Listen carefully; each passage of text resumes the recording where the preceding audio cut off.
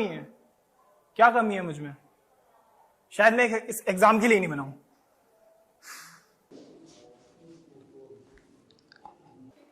क्या हुआ? प्रॉब्लम क्या है? सर पता नहीं, बहुत टाइम हो गया मुझे ट्राई करते करते। 2 अटेम्प्ट भी दे लिए लेकिन फिर भी एग्जाम नहीं निकलता। ओके। समझ में नहीं आ रहा मुझ में कमी है या फिर मेरी स्किल्स में कमी है, मुझे नहीं समझ आ रहा कुछ। कोई इशू नहीं है, अभी सब कुछ सॉल्व हो जाएगा। सबसे पहले ये बताओ कि आपने प्रिपरेशन कब से किया है?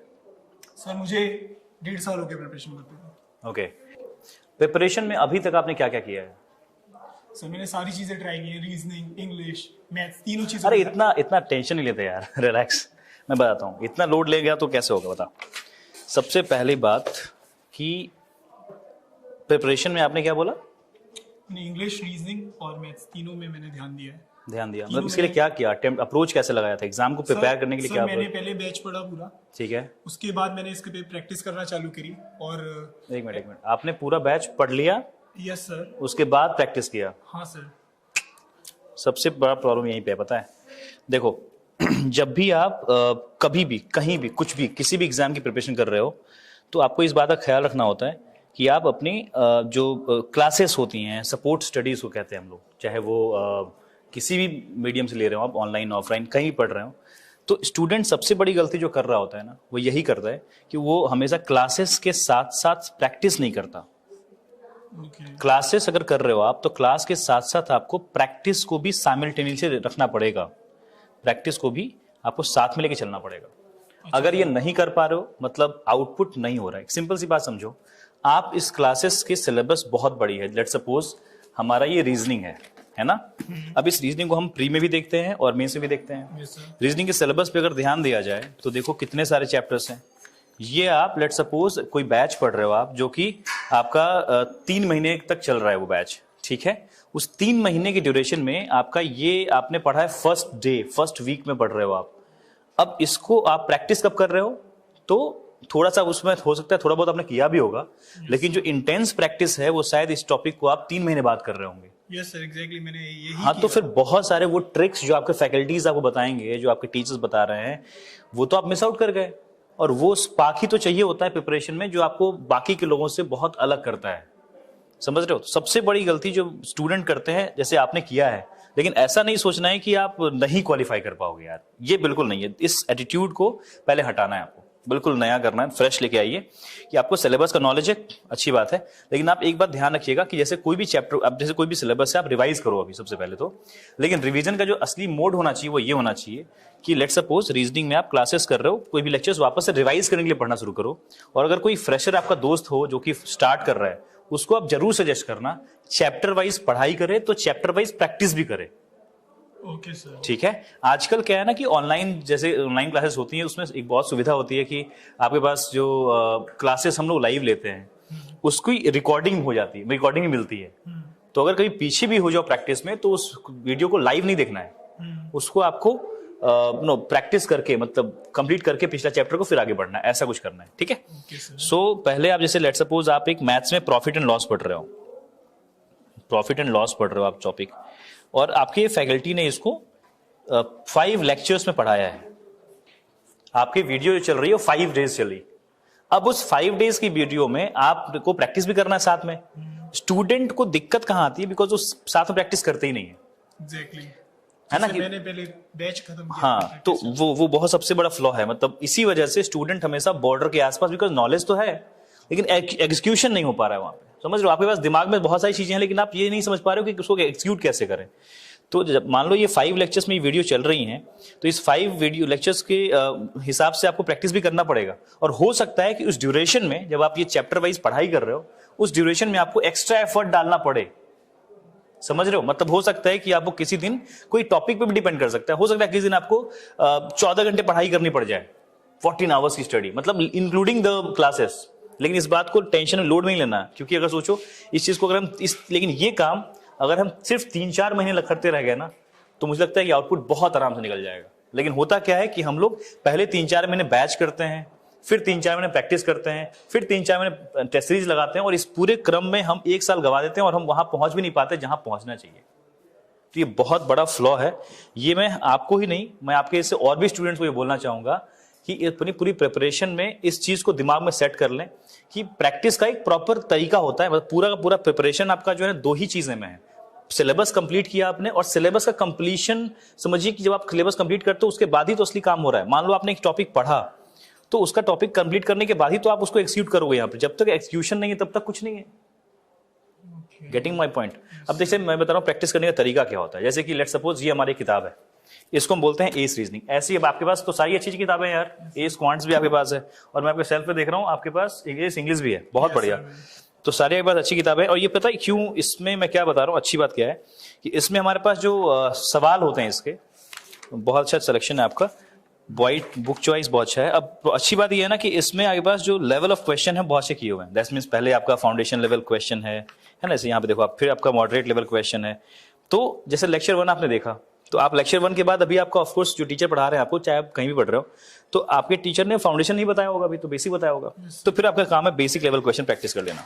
और अगर अब आपको ये 40 क्वेश्चंस कम लग रहे हैं तो और भी आपके पास ये 50+ बुक है या फिर आपके पास और भी किताबें हैं। मतलब दुनिया में बहुत सारे पीडीएफ्स हैं, बहुत सारे गूगल आपके पास, आजकल स्टूडेंट के पास गूगल है भैया, कुछ भी सर्च कर सकते हो आप।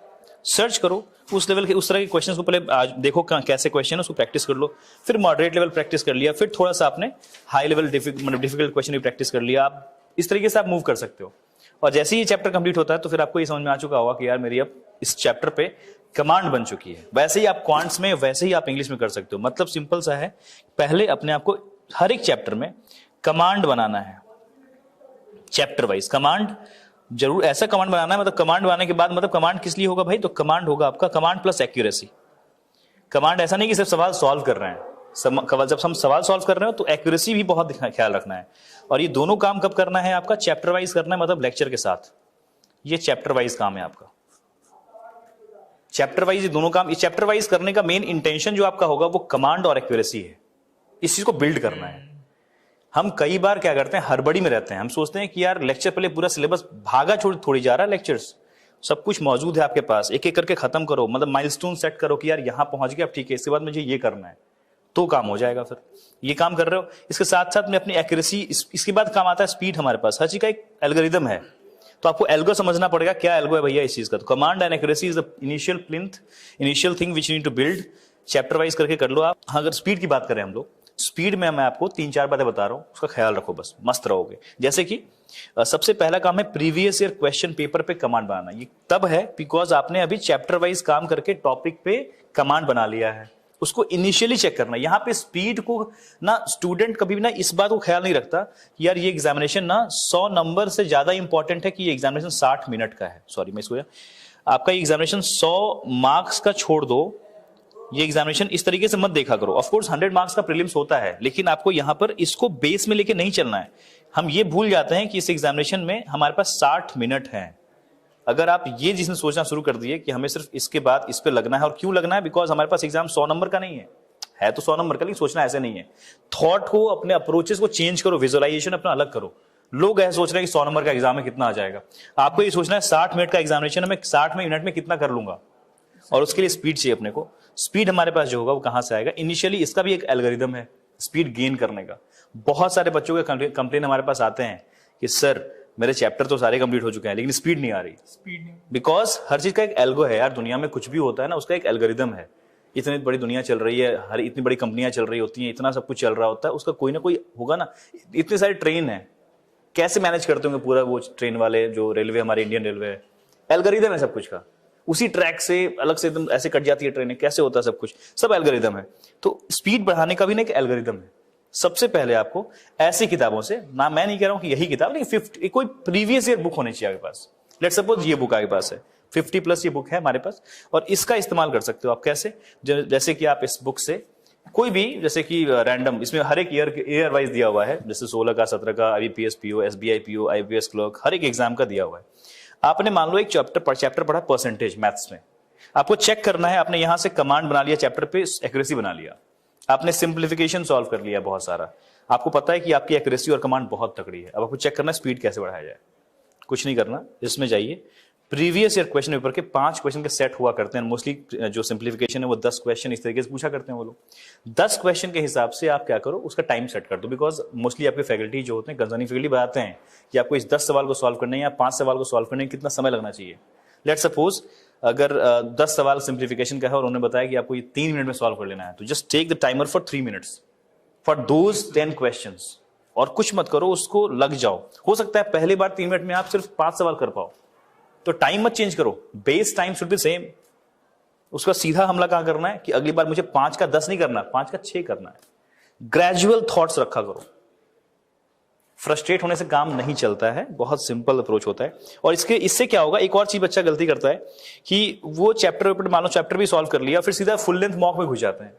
Full length mock initially important नहीं है, वो स्टूडेंट को डिमोटिवेट करेगा। डिमोटिवेट नहीं होना है, आप ग्रेजुअली बढ़ाया करो यार, तुरंत से इतना लोड नहीं लेना, दिमाग को देना है। प्रीवियस क्वेश्चन कर लिया आपने, थोड़ा सा कमांड बन गया, आप स्पीड के साथ टाइमर के साथ खेलना शुरू कर दिए हो, तुरंत से सेक्शनल टेस्ट की तरफ मूव कर जाओ। सेक्शनल टेस्ट मतलब इस तरीके से, ये प्रोसेस जो मैं बताया, हर एक चैप्टर के साथ प्रीवियस पे काम करोगे अगर आप, तो सेक्शनल टेस्ट आपका जो है, मतलब रीजनिंग का, मैथ्स का, इंग्लिश का, ऐसे मजबूत कर लो आप फिर उसको, फिर वैसे आप फुल लेंथ मॉक दे दो। अब इसमें आपका क्या हो गया, ये एल्गोरिदम हो गया इसका।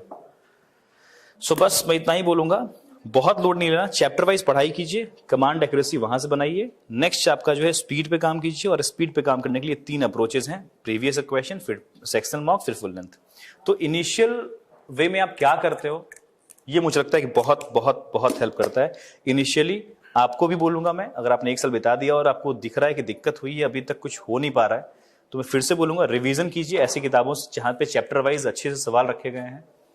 और चैप्टर वाइज जब आप पढ़ाई कर रहे हो, रूल्स को याद करो, रिवीजन करते रहोगे आप, क्योंकि आप एक चैप्टर पे अगर कमांड बना के अगले चैप्टर पे चलते हो, तो पिछला चैप्टर आपको एक पॉजिटिव एटीट्यूड आपके अंदर डेवलप कर रहा होगा, एक अलग ही कॉन्फिडेंस होगा, भाई मेरा ये चैप्टर तो क्लियर है ना।